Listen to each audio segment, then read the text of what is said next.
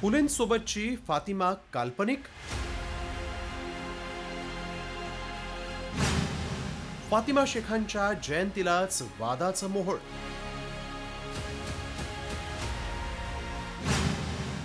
दिलीप मंडल यांच्या दाव्यामुळे खळबळ.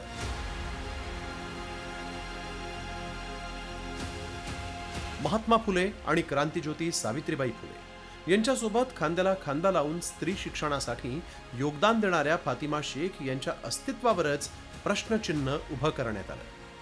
विशेष म्हणजे फातिमा शेख यांच्या जयंतीदिनीच त्यांच्या अस्तित्वाचा वाद उफाळून आला. ज्येष्ठ पत्रकार आणि माहिती प्रसारण खात्याचे सल्लागार दिलीप मंडल यांनी फातिमा शेख हे काल्पनिक पात्र असल्याचा दावा केला. दिलीप मंडल यांनी ट्विटमधून काय म्हटलंय ते पाहूया.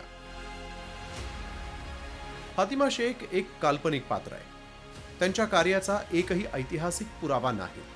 त्यांना हवेतून निर्माण करण्याच्या गुन्ह्यात मीही सहभागी होतो, असा दावा त्यांनी केलाय. नरेंद्र मोदी तिसऱ्यांदा सत्तेत येण्यापूर्वी दिलीप मंडल हे मोदी सरकार आणि हिंदुत्व विचारसरणीचे मोठे टीकाकार होते. मात्र 2024 मध्ये मोदी सरकार स्थापन झाल्यानंतर त्यांची माहिती प्रसारण खात्यात वर्णी लागली. नेमके कोण आहेत दिलीप मंडल पाहूया. 2024 पासून माहिती आणि प्रसारण मंत्रालयाचे माध्यम सल्लागार, 2 दशकांपेक्षा अधिक काळ पत्रकार, अनेक वर्तमानपत्रात स्तंभलेखन, ओबीसी, एससी आणि एसटी समाजाच्या प्रश्नांवर लिखाण, हिंदुत्वाच्या राजकारणाचे टीकाकार अशी एकेकाळी ओळख. दिलीप मंडल यांनी अनेक पुस्तकांचं लिखाणही केलंय. मात्र मंडल यांचा दावा सत्यशोधक चळवळीच्या अभ्यासकांनी खोडून काढलाय. सावित्रीबाई फुलेंच्या पत्रव्यवहारात फातिमा शेख यांचा उल्लेख असल्याचं फुले अभ्यासकांनी म्हटलेलं आहे. दिलीप मंडलांना हे नेमकं 2025 जानेवारीमध्ये का सांगावंसं वाटतं? असं तर नाही आहे ना की कुठेतरी केंद्र सरकारमध्ये एक मोठी खुर्ची मिळाली, हे तर त्याच्या मागचं राजकारण नाही ना.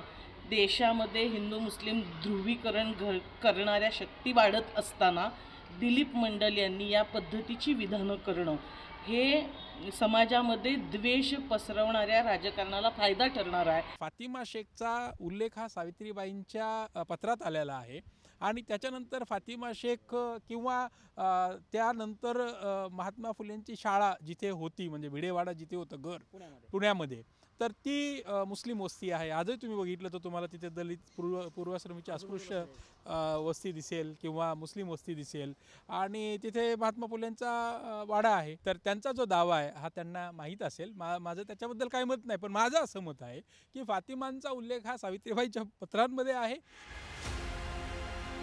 स्त्री शिक्षणाचा पाया रचणाऱ्या महात्मा ज्योतिबा फुले आणि सावित्रीबाई फुलेंसोबत फातिमा शेख यांनीही स्त्रियांना शिकवण्यात योगदान दिल्याचं इतिहासकार सांगतायत. त्यामुळे त्या पहिल्या महिला मुस्लिम शिक्षिका म्हणून ओळखल्या जातात.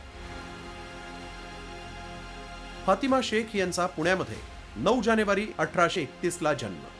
स्त्री शिक्षणासाठी फातिमा शेख आणि त्यांचा भाऊ उस्मान शेख यांचा महात्मा फुलेंना मदतीसाठी पुढाकार. 1848 मध्ये फातिमा शेख यांच्या घरात महात्मा फुलेंनी पहिली मुलींची शाळा सुरू केल्याचा उल्लेख. इतिहासातल्या अनेक व्यक्ती आणि घटनांबाबत नेहमीच काही ना काही वाद होत असतात. मात्र एखाद्याची विचारसरणी बदलली म्हणून इतिहासातलं योगदान नाकारून कुणावर अन्याय व्हायला नको.